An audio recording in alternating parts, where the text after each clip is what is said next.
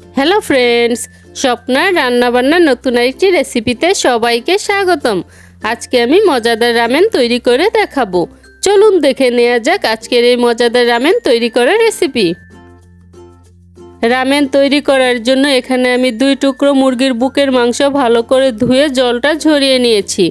এবার এর সাথে দিয়ে দিচ্ছি 1 চা চামচ রসুন বাটা, আধা চা চামচ আদা বাটা, আধা চা চামচ কালো গোলমরিচের গুঁড়ো ও 1 চা চামচ ডার্ক সয়া সস দিয়ে মাংসটাকে ভালো করে মেখে নিচ্ছি। এখানে আমি ডার্ক সয়া সস দিয়ে মাংসটাকে মেখে নিচ্ছি, তবে এখানে লাইট সয়া সসটা দিয়েও মাংসটাকে মেখে নিতে পারবেন। মাংসটা আমার মাখা হয়ে গিয়েছে। এবার এটাকে আমি এভাবে 10 মিনিটের জন্য রেখে দিব। এবার প্যানে দিয়ে দিচ্ছি 2 টেবিল চামচ চিলি অয়েল, তবে চিলি অয়েলের পরিবর্তে এখানে সয়াবিন তেলটাও দিতে পারেন। এখানে আমি আধা কাপ বাটার মাশরুম 4 টুকরো করে কেটে নিয়েছি। এবার এটা আমি এই তেলের মধ্যে দিয়ে দিচ্ছি।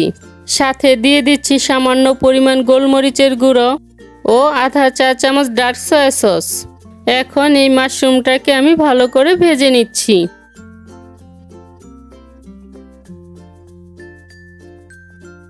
তিন চার মিনিট ভেজে নেওয়ার পর মাশরুমগুলোকে এবার আমি প্যান থেকে তুলে নিচ্ছি।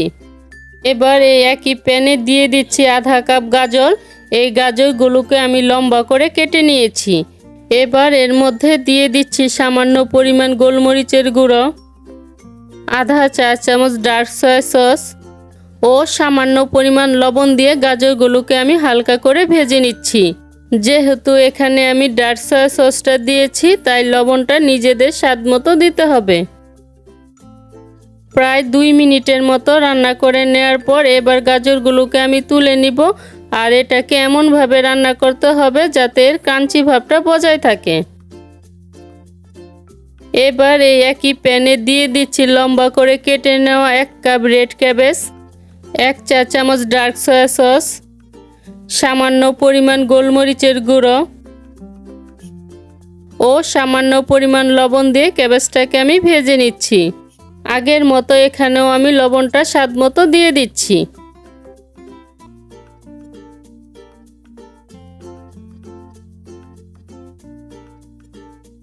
দুই মিনিটের মতো ভেজে নেওয়ার পর এবার ক্যাবেজটাকে আমি প্যান থেকে তুলে নিচ্ছি।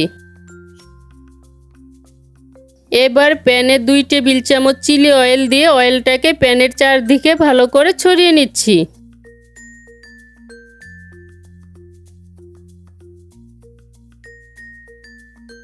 এখন ম্যারিনেট করা চিকেনটা এর মধ্যে দিয়ে দিচ্ছি।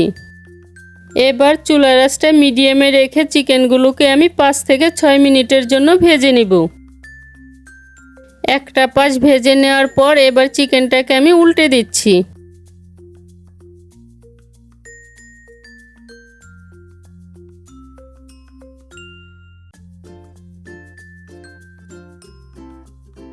চিকেনটাকে কিছুক্ষণ ভেজে নেওয়ার পর এবার এর উপর আমি সামান্য পরিমাণ লবণ ছড়িয়ে দিচ্ছি। যেহেতু এখানে আমি ডার্ক সয়া সসটা দিয়ে চিকেনটাকে ম্যারিনেট করেছি, ডার্ক সয়া সসে যেহেতু লবণ থাকে তাই লবণটা এখানে বুঝে দিতে হবে। আর ম্যারিনেটের সময় যদি লবণটা দেওয়া হয় তাহলে চিকেন থেকে জল ছেড়ে দিবে। 5-6 মিনিট ভাজার পর চিকেনটাকে আমি তুলে নিচ্ছি। এর থেকে বেশি আর ভাজবো না, তাহলে জুসি ভাবটা চলে যাবে। এবার স্লাইস করে চিকেনটাকে আমি কেটে নিচ্ছি। এবার প্যানে 1 টেবিল চামচ সয়াবিন তেল দিয়ে তেলটা গরম করে নিচ্ছি। তেলটা গরম হয়ে যাওয়ার পর এর মধ্যে দিয়ে দিচ্ছি 1 চা চামচ রসুন কুচি,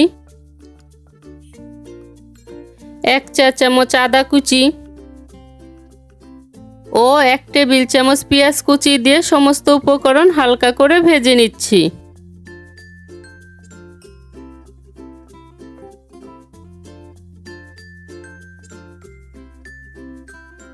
মশলা থেকে কাঁচা গন্ধটা চলে যাওয়ার পর এবার এর মধ্যে দিয়ে দিচ্ছি 4 কাপ জল,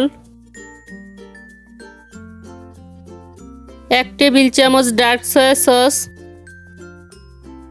1 চা চামচ ফিশ সয়া সস, 1 চা চামচ চিলি ফ্লেক্স আর দিয়ে দিচ্ছি একটা চিকেন কিউব। এখানে আমি চিকেন স্টক হিসেবে চিকেন কিউবটাকে দিয়ে দিচ্ছি, যেহেতু চিকেন স্টক করতে অনেকটা সময় লাগে। সাথে দিয়ে দিচ্ছি 1 টেবিল চামচ চিলি সস, 1 টেবিল চামচ লেবুর রস, আধা চা চামচ লবণ ও স্বাদের ব্যালেন্স ঠিক রাখার জন্য সামান্য পরিমাণ চিনি দিয়ে ভালো করে মিশিয়ে নিচ্ছি।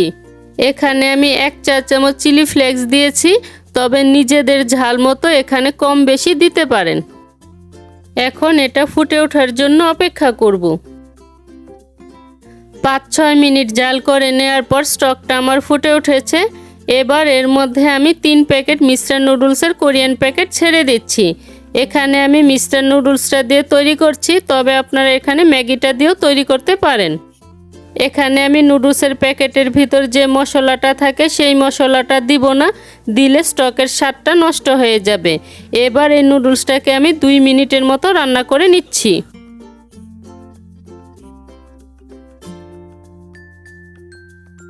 2 মিনিট পর নুডলসটাকে আমি নামিয়ে নিচ্ছি, আর এর থেকে বেশি রান্না করলে নুডলসটা নরম হয়ে যাবে। এবার রামেনটাকে সাজানোর জন্য ছড়ানো একটি প্লেট নিয়েছি। এই প্লেটের মধ্যে দিয়ে দিচ্ছি নুডলস,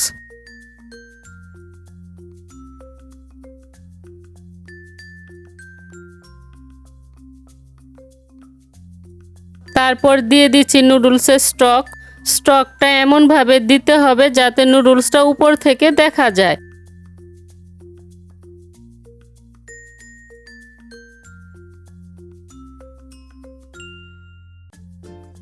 এবার এর মধ্যে দিয়ে দিচ্ছি ভেজে রাখা মাশরুম, ভেজে রাখা গাজর,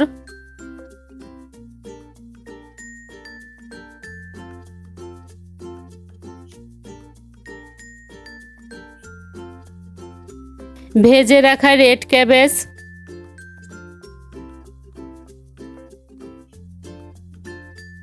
স্লাইস করে কেটে রাখা চিকেন,